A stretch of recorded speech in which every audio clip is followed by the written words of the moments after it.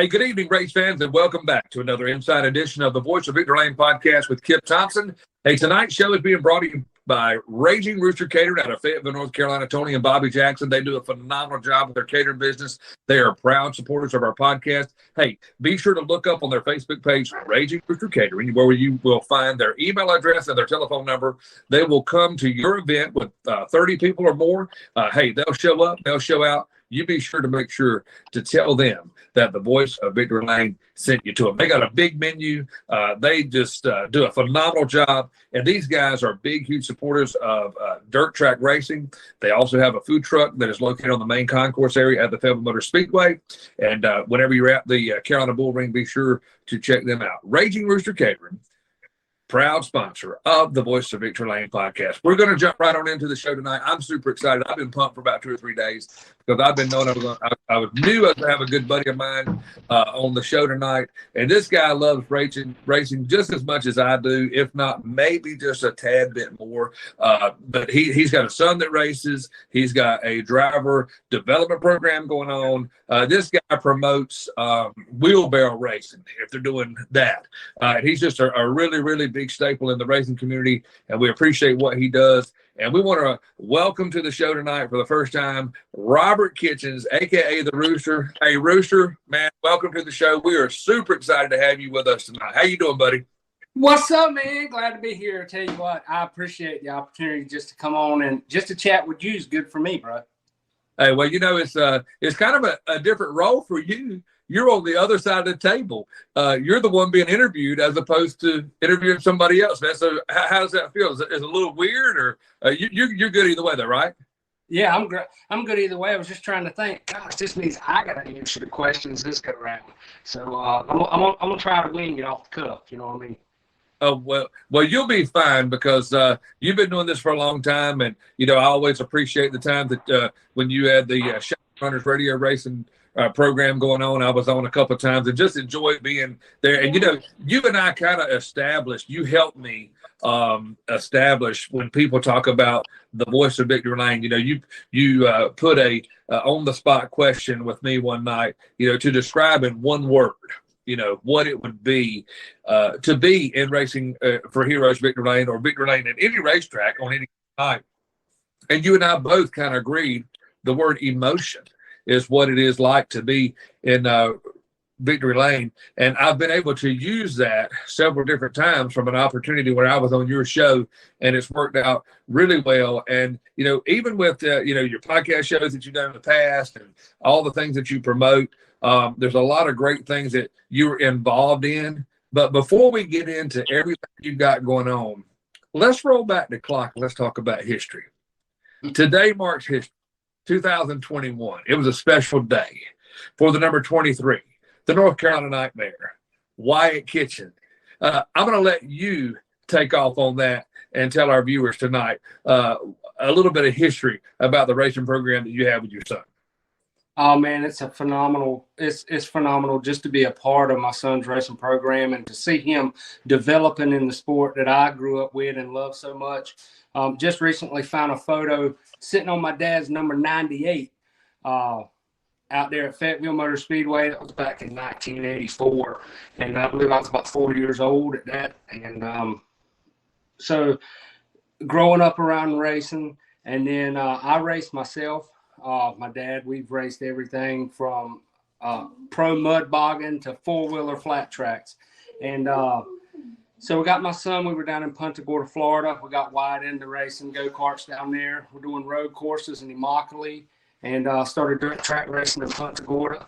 And then we got moved back to North Carolina, and we started racing go-karts here.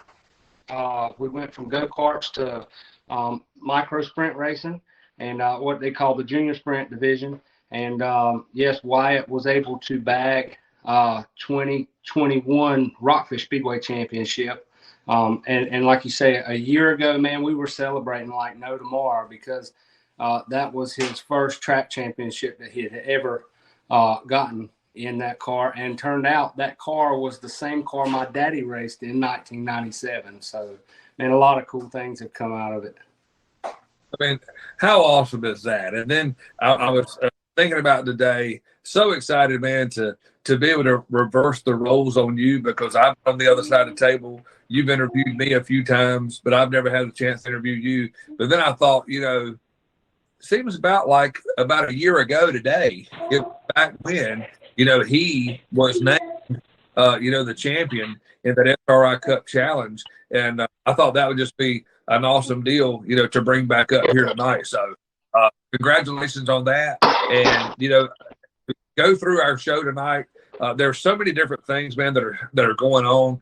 I know that Wyatt is probably, from what I understand now, you correct me if I'm wrong, following you guys on your Facebook page and stuff. Maybe he's stepping out of the junior sprint deal and maybe going into another class. And with that another class, it may be something new that you're trying to bring to the area. So let's talk about that and kind of what you got going on.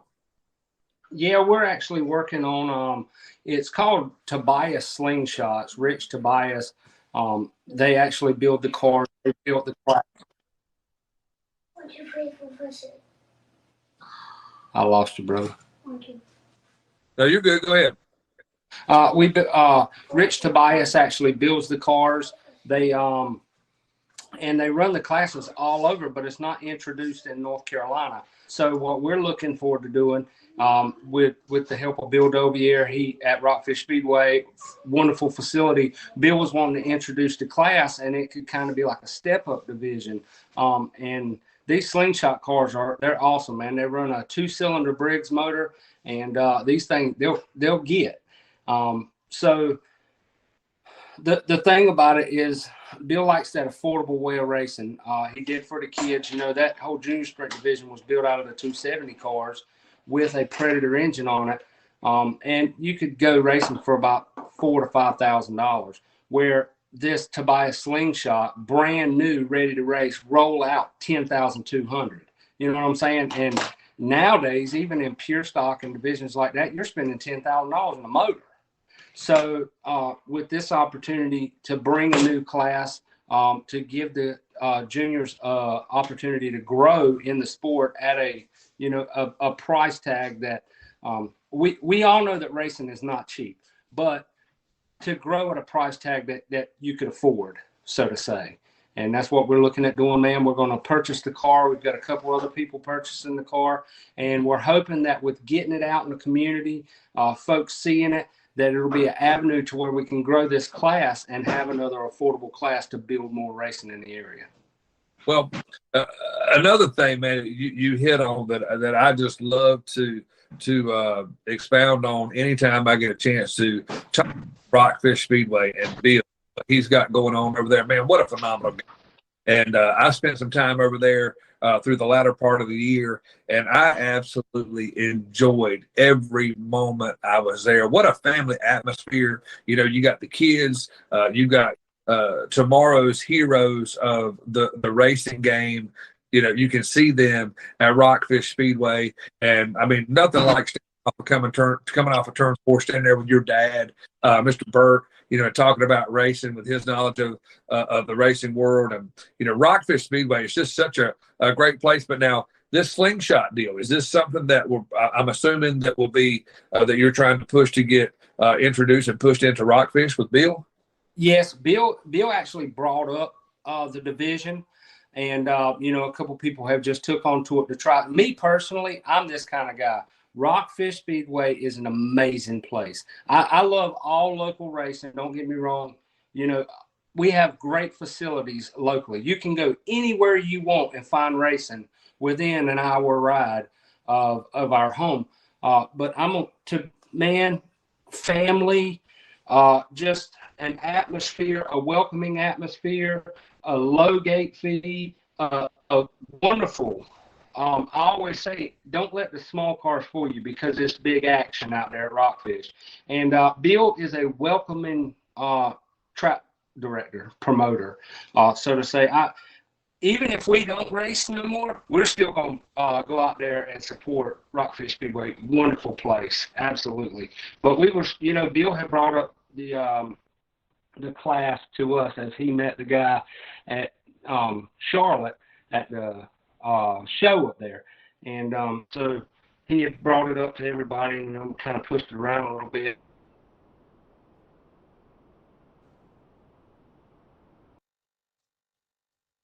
one class established, we're going to try to travel some. See what we can do at Lakeview. See if we can get them down at Fayetteville, maybe bust them up at Triple T, East Lincoln, and work on building a division where we can go out and race it in more than just Rockfish. Yes. Well, the cool thing about Rockfish, not only what you're talking about, a great facility, a very low gate fee to get in. And Yes. The cool thing is you can go watch a full night of racing. And man, by 9:30, 9:45, you're on your way to the house. I mean, it's just a cool place. I went, and the first night that I went, I'd heard about Rockfish for years, and I just never really thought about going over there. And the whole entire time I was there, Rooster, I kicked myself right cheek in my rear end, saying I need my butt kicked for never coming over here. This place is awesome. I mean, I absolutely loved it. There's not a single spot that you can stand in the facility where you can't see the whole entire racetrack. And like I said, man, you go out there, and then you see kids out there, man, in their driver suits in the 270s and the 600s, and even away from the junior sprint deal, the 270s and 600s. Man, those guys put on a freaking showdown. Man, those guys absolutely fly around that racetrack. Bill does a phenomenal job with his track prep and everything. And, man, I absolutely love it. Was able to go down to the Winter Classic night one on Thursday night. He'd asked me to go down and do the driver introduction, man, for the junior sprint deal. And, dude, I told him, I said, I've announced a lot of races and been a part of announcing a lot of different stuff. But to walk through those cars on that front straightaway with those kids racing for a $300 to win, those junior sprint kids, with the parents there, everybody's filming. You can see the look on the kids' faces. I don't know that I've ever been pumped up doing anything else involved in racing any more than I was pumped up that night. You were there. Wyatt was there in the 23 ride. And it was just, a special night because, and then I had no idea once we did the driver introduction, they roll off of turn one onto turn two, coming down the back straightaway. Homie put off fireworks, man. How hot was that? It was just a phenomenal night. It was a night about kids. It was for the kids. And then, Arnold Sandy and a couple of other guys there, came up and, had Bill pick up a particular number 1 through 15, and they drew number 9. And the winner's, going to get $300, and then somebody else puts up another $300 for whoever finishes ninth. And it was just, man, an awesome night. And it's not just that one night. It's like that every single time you go there. Those guys have always got something great going on. And I know why. I hear you. I feel you. I know why you love going to Rockfish Speedway. Yeah, it's funny, man. You talk about ninth place. We had a little bit of clutch issues to start the race, and we went back and got that worked out and come back out. And Wyatt ran ninth the whole race, literally. He got past Tanaya Keith. She spun up in turn 1 and 2, fell to the back, and she was in ninth for a little bit, but she passed Wyatt, and then Wyatt ran ninth. And on the last lap, going into turn 3, my Wyatt dove up underneath Wyatt Davis to get 8th place. I told him when he crossed the scales, I said, son, if you wouldn't have passed him, you'd have had $3. He said, but Dad, I was just doing what a racer does, and I try to get as far up front as I can. I couldn't even be mad at him. Couldn't be mad at it. Oh, no. That race was super cool, and I never actually got a chance to do a show and actually recap that race. Was it Josh Foster, Yes. the other guy, who is running in a heat race, who flips it on the lid in the heat race, goes back to the back, and then ends up still finishing, I don't know, 4th or 5th in the heat race or whatever. But lo and behold, his brother James, who goes out and wins the track championship for 2022, Josh comes out in the 09 and wins that race. And, to think that whole series of events of how that thing happened, that's what it is. When the junior sprint started, when you guys started coming to Fayetteville, I started to get a little, hey, I'm digging this a little bit. You got 12 laps. You got 10, 12 cars. You got 5 or 6 lead changes in 12 laps. What's not to love about this? You know what I'm saying? And then when you go back to Rockfish, it's just such a great deal. And, man, that was such a great evening. And I can't thank enough for having me come over and do the driver introductions. I mean, it was just electric, man. The kids loved it. The moms, the dads, the grandparents, everybody loved it. But there again, it's that family atmosphere where you feel safe, man. When you go to the racetrack, and it's all about the kids. And still on top of that, you see a phenomenal show every time you show up there. You do, man. And speaking of the junior sprints, a lot of times when they come out to Fayetteville, you can throw a blanket over the top 5. It looks like little Talladega because they're 3 wide, and then they're 2 wide, and then they're Dixie double file, and then they're single file, and then they're 3 wide again. I mean, a lot of great racing comes out of that crew, and you know, it's awesome to see that these youngins are maturing in racing, and I'm a fond believer in getting behind the youth of motorsports, because if we don't, there's not going to be a move up. Like you take, I'm just going to say some of the old drivers like Hank and Porky and folks like that. Okay, now Willie Milligan and Christian Thomas are the Hank and Porky. These kids that are in the junior sprint division are going to be the Christian Thomas and Willie Milligan in 10 years. And that's the way that it all unfolds, that if you don't get behind the juniors in motorsports, nobody's going to be there to move up. And I'm a firm believer in it. And, you know, talk about teamwork and seeing a lot of kids, you know, they're out there with their dads and their family and stuff like that. And that team that won this year, the Fosters, the Terrorizing Twins, man, I could not be more happy for those guys. I'm so happy for them. I forgot about us finishing like 11th in points or something like that. We ended up, but amazing team. Josh and all those kids know. I take them out to Hooters every now and again. I'll gather them all up together and we'll all go out to eat. And, you know, I love seeing the families in racing and knowing a lot of these kids know, you know, when I grew up, I had things I couldn't talk to my dad about, but I like to be that inspiration to the youth of racing to where, hey man, you know, I call Rooster and you know, they know I'll be there for them. Like every one of those kids know, and Josh and them can tell you, there's nothing in my trailer that you can't come and get. And that's the way it is. I love to see Wyatt win, don't get me wrong, but I'm all about the future of motorsports. And I get just as excited to see another kid up there on that victory lane as I do my own. And I wish we had more of that in racing because, I mean, it does come very competitive, you know, when you get into the prospect of racing thing. But I believe that no matter which one of those youngins are up there on the podium, it's growing the sport. And that's the best part of the whole thing, you know, to me.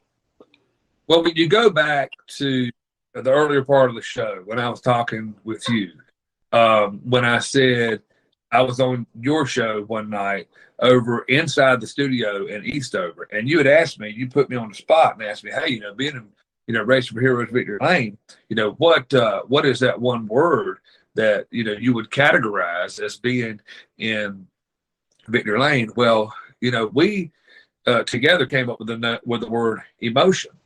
And I will tell you, I thought about you. You weren't there, but I thought about you because it hit me right in my chest the very first night that I went to the Rockfish Speedway. While I was at the Rockfish Speedway, driver the number 25, Tania Keith, pulls off the win.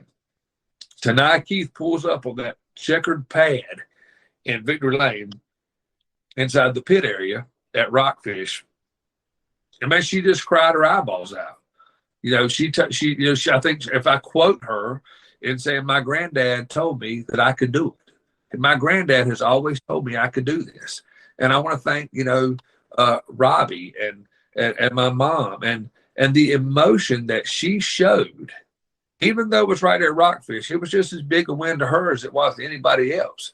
And I said, all brought it back home and hit me right in the heart that night. And within 2 or 3 days of her capturing that win, we had her on our show, and she did a phenomenal job. And it is just a cool thing to see over there. You are telling the truth. You know, whatever's in your trailer, anybody can get. And I think it's that way with other people too. If Wyatt needed something and you didn't have it, you know, you could go get it from the Fosters or whoever, you know. And those the little Terrorizing Twins, man, they had a phenomenal year. And those kids, man, they all put on a fabulous show Saturday night at the Fayetteville Motor Speedway with the Food Coma Comeback 3, the Michael Freeman Memorial. Several different lead changes there.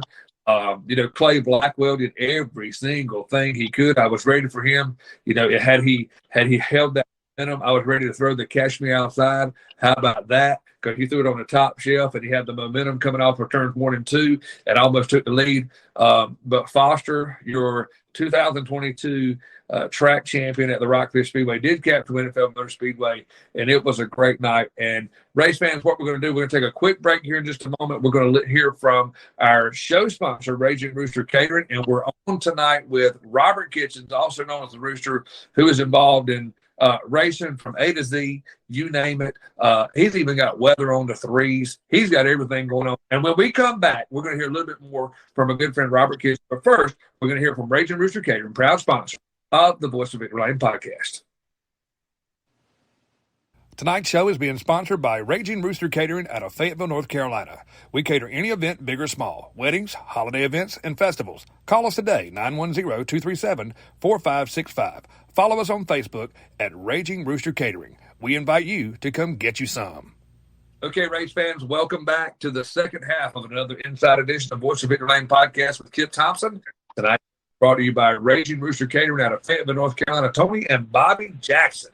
Those guys do a phenomenal job with their catering business. Also, at the Fayetteville Motor Speedway, they have the food truck right next to the press box on the main concourse area. If you're looking for a great caterer, go to their Facebook page, Raging Rooster Catering. You'll find their email address and their telephone number. If you have a group of 30 or more, they will show up, show out, and they'll do you a good job. Be sure to call them today. As we continue tonight's show, we have Robert Kitchens, also known as the Rooster, here with us tonight. We're talking about all the different things that he's involved in when it comes to promoting the great sport that we all love. The new Slingshot Shot series, it's a step above kind of what the junior sprints is, where his son Wyatt has done quite a phenomenal job the last couple of years. Today marks 1 year when he was the SRI Cup champion. So we're celebrating that today as it's an anniversary type deal. But now we're going to be looking forward to what's maybe left on Rooster's schedule through so many things. We got the Margarita Time Machine we can talk about. I already know for sure that he's going to be involved in the Stedman Christmas Parade. That is not this weekend, but the following weekend. We're going to have a lot of the drivers from the Rockfish Speedway coming up. And I know without a doubt, this guy, his heart is really, really big in the Cumberland County Hall of Fame racing deal, where they have the good old days of racing. And folks, listen, if you've never been to that, you're missing out, because it brings it back from A to Z, from the old days to today. And honestly, I'll be real honest with you, it's hard to go to that place, to the good old days of racing, without going with the anticipation of not really knowing what to expect, and probably not going to leave without maybe wiping a tear out of your eye for a little bit of emotion that comes back to you from something that you remember that somebody brought up that maybe you forgot about, that was special to your family. Rooster, let's talk about the other things, man, you got up your sleeve, for the remaining part of 2022. We got the Christmas parade coming up in Stedman, which is going to involve a lot of the kids from Rockfish. And I know, man, that you're already digging deep and putting in the work for the good old days of racing. It's probably what's that, like in June, I think, is when it normally is. But it is a phenomenal deal, and I'm going to let Rooster talk about that. Man, my schedule looks like a laser in a mirror factory, if you want the truth about it. I'm all over the place, and yes, super excited to be. Me and my father are the founder of Good Old Days of Dirt. We're also the founders of the Fayetteville Cumberland Stock Car Racing Hall of Fame, along with a wonderful board, Carol Hare, Felicia, and Mr. Robbie Ward. And you're exactly right. If you have not been to one of these events, definitely keep your eye out and ear out and come next year. Last year, we instated the Chatley Boat Marine Larry Long Memorial Race Car Show. Big thanks to Kip Thompson. Thank you, buddy, for being a main supporter. And Jaden Bowen Motorsports as well, coming in and helping us out with that and doing the race car show. That turned out great. And then, it's a day that racing families can come together. And we implemented, like you said, racing. It was Good Old Days of Dirt, But we opened it up to good old days of racing because there's so many people out there. You know, Archie Adams, look at, and let's talk about Archie and Carl Smith and Corey Blue and some of the names that raced in the 60s and 70s all the way up to today. Some of those guys were there. Carl, unfortunately, had passed away last year and was not able to be there.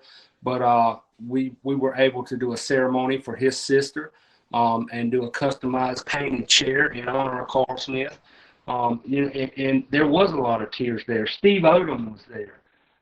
Timmy Blackwell, the whole family was there. Miss Mary, just so many folks who have been around racing, and the stories and the food and just the camaraderie and I don't know if you were around Fayetteville back in the days when the Hester brothers raced.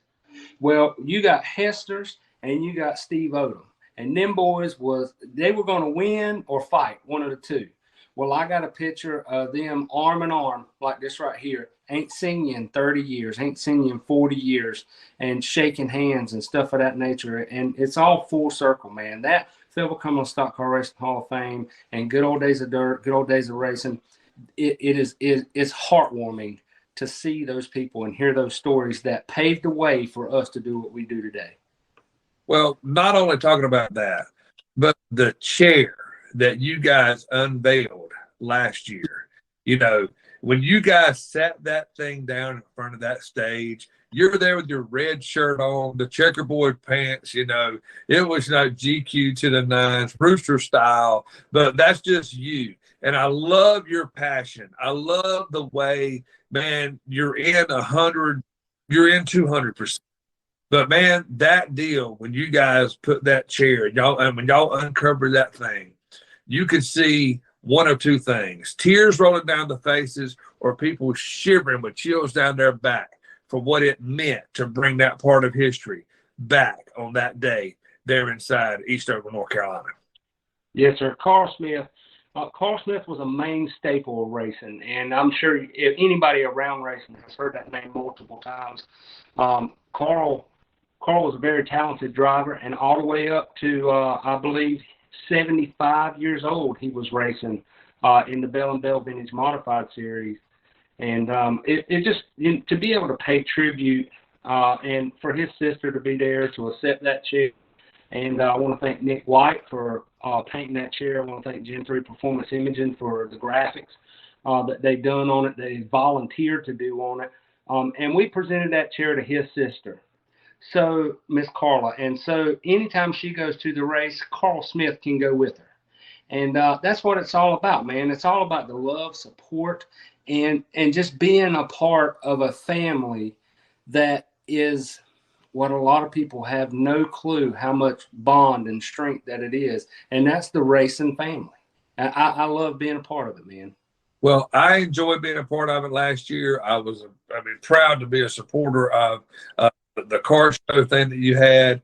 But what meant the most to me that day is to see the smiling face. He's not as fast as he was back in the day, but to see him inducted into the Hall of Fame, man, he'll always be my hero. I love him. I love his wife. I love his whole entire family. Danny and Marsha Parker, man, to see Danny Parker inducted into the Hall of Fame, to be there to witness that, because, when I really, really got involved in racing and really watched a long, long time ago, Danny Parker was a bad boy back in the day. 1996, Hava Tampa won the race right there at the Fayetteville Motor Speedway. My boys have the helmet that he was wearing the night he drove. And to be there and remember and to put all that back together and remember the day when he was at Chatley and he came to Chatley to pick up a boat that he had bought for me. And I wanted to make sure that my kids were there at the same time he was coming to pick up his boat. And he wanted to give them that helmet. To put all that full circle and to see you guys do that deal and induct into the Hall of Fame is something I'll never, ever forget. Flight racing, and it's amazing to see these guys going into the Hall of Fame. And what a lot of folks probably don't know is up in the VIP tower at Fayetteville Motor Speedway, you can go up there, and there is some actual racing suits and stuff of that. Danny Parker's racing suit is up in the VIP tower at Fayetteville Motor Speedway. Well, that is a cool thing too, and still to talk about, those older guys who come back and watch and have watched Wyatt race. I will tell you that he's the marketing king. Wyatt Kitchens is the nightmare, because just as soon as I shut my door that day, he came up to me and he said, "Hey, Mr. Kidd, me and you were dogs, right? You're my boy, right?" And I said, "Of course, man. What's up?" He said, "Hey, vote for me in the car show." I mean, come on, what are you going to do? Who you gonna vote for else after a kid, comes up to you like that and hugging all over you, So, but it's so cool, man, how you can go there, you see a little car show, and it's like going to a church homecoming. It's like a family reunion. It's a covered dish deal. It's a community. And like I've said before, there have been a lot of people that I've met through my life and all the miles that I've got on. I've met a lot of different people in my life, but some of the best people I've ever met have been in a dirt racetrack. And man, that kind of brings them all full circle back home, and makes you realize and love and appreciate why we go every single Saturday night. That's right. It's funny because a lot of people look at dirt racers as just old blue collared redneck boys and girls. But if you really put it down to it, the amount we got in these race cars and haulers and everything, shoot, we some fine eating folk. That's exactly right. And then you throw a little kipper corn on top of it, man. That's just a bonus. Yes, sir. Now, if anybody out there that's watching, if you have not got a hold of some of that kipper corn, you need to go ahead and get lined up, and you just need to open your own corn catering thing. It's called.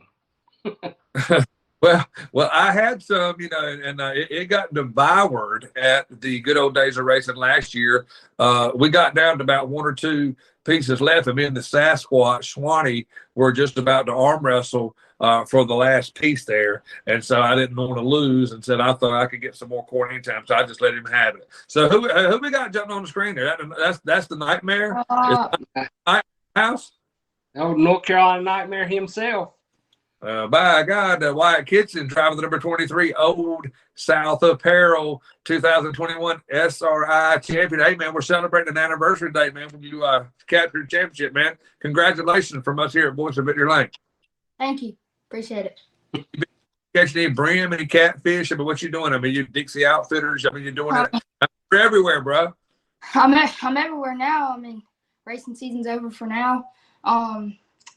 Once we get back to it, maybe next year we'll be in a slingshot.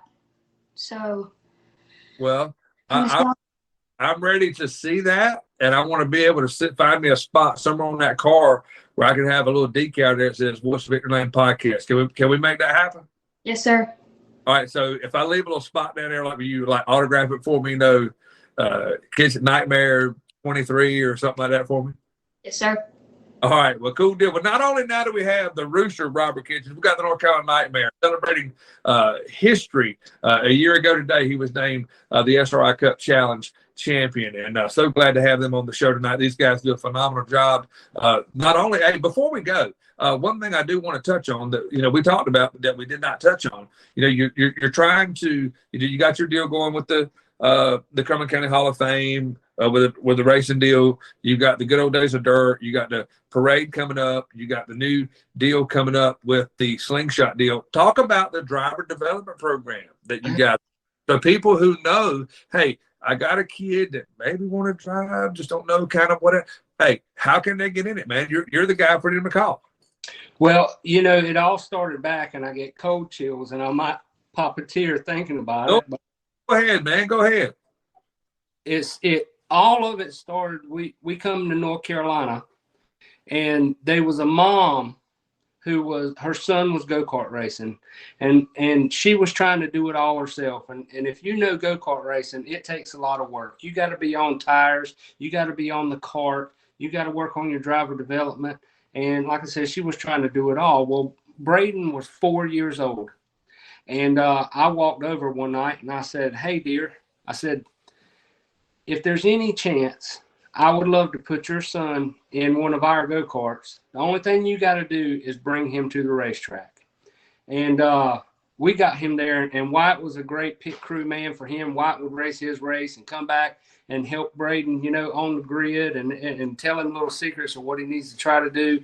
And that kid won the championship that year. And that was such an amazing feeling. And just a little tap in from that, his father had passed away. I got the whole crew here now, Kid Chaos with us. But his father had passed away, and to be able to give that child the opportunity to race and to win the championship was amazing feeling. So we kept that going to where we found kids that would like to race go-karts, and we put them in ours and gave them the opportunity. And through sprint car racing, now that Wyatt's out of the sprint car, we're going to be putting kids in, and we have done. We've had 4 kids. I got the opportunity to see the amazing little Hollywood Blaze Bellinger jump in a race car the other week. Got to work with Allie Jo Culberson, who has now bought a race car, and she made her first appearance at Fayetteville Motor Speedway last Saturday. And, Dustin Watkins' son, we got him to ride around in the race car, and it's just cool. We're trying to open this thing up because we don't have any plans to keep racing the junior sprint. So what we're going to do is offer the opportunity for another child that if they would like to come out and there it went, and drive our race car to build that program. Well, now where do you guys hold that? Is that at the Core Motor Speedway in Stedman, North Carolina? Yeah, that's at the Core Plantation. And we've been out there, several times trying to get everything where the kids can just get comfortable. And I tell them, I had to work on me too, through Wyatt's racing, and through me working on myself, I'm able to work on the parents, because it takes an understanding parent to put a kid in a race car. Standing on top of that hill, you can drive that car all you want, but until you're behind the wheel, you don't know what's going on in that thing. You don't know what's going on through the kid's head. So we get these children, we get them out there, and we start right here. And they get in the car and they get comfortable with it. And then we go to the next level. We don't force them, we don't push them. And 2 laps in. You know what I'm saying? We give them the opportunity to go out, drive the car, get comfortable with it, and then we step it up a little bit. And I take the 4-wheeler out there, and I'll have them right behind me. We've also been working with some kids on restarts, because there's a lot of kids that they fully don't understand the importance of being on that back bumper on a restart. But if you're back here, you got to make up all this ground while this guy's gone. So teaching them the fundamentals of restarts, teaching them to keep an eye. You don't just look at the front of the race car. You glance into turn 1 and 2 and see if there's a wreck there. That way you can avoid it. And plus having, a driver like Wyatt, where he can talk to the kids and give them a little bit of inspiration, give them a little bit of motivation too, so to say, that, he's become a champion behind the wheel, and they have the same opportunity. We believe in giving them that opportunity to make it happen. Well, that is a super cool deal. And also talking about what else, goes on out at the Core Plantation, I got to give you props on pulling off an afternoon a few weeks ago. You guys had some driver development deal come out. You had some guys there that were trying to practice and kind of get a little feel for behind the wheel. But you guys pulled off an unbelievable, unexpected surprise birthday bash for our sponsor, Bobby Jackson. Man, he was completely got away with. He called me. He was almost in tears. It meant so much to him. And I just want to thank you, man, for what he does for us on the Voice of Victory Lane podcast, for what you guys did. I want to say thanks, man, for you guys doing that. It meant a lot to him. And, he's just like you. You guys, been connected with each other for a long time. Raging Rooster Cater, a proud sponsor of the Voice of Victory Lane podcast, and we're so appreciative of what they do for us. But man, it meant a lot to him. It really, really meant a lot to Bobby Jackson for what you guys did for his birthday, and I appreciate it. If you look across the racetrack, there isn't many cars out there that don't have Raging Rooster Catering on them, or racing programs such as your podcast or Shine Runners Racing Radio, or man, there's uncountable amounts of what Bobby and Tony does. And even through because I'm in with a little fishing group as well, Fish Cancer, and this year had a good friend of mine pass away, and we did a memorial fishing tournament. And I put out there because I'm all about some marketing, man. I can market. I can sell anything. But I put out there, we're looking for someone who would like to become a marketing partner for our fishing tournament. It was not. I don't even give it a minute before my phone rang, and my phone says Bobby Exotic. That's my man, Bobby Exotic. But he called and said, I want to be a part. And there's not many times Bobby and Tony are not a part, man. They're always there for somebody. So that little throw together deal, it was not very well planned. It kind of all started that afternoon when Bobby I asked him, I said, if you don't mind, come out.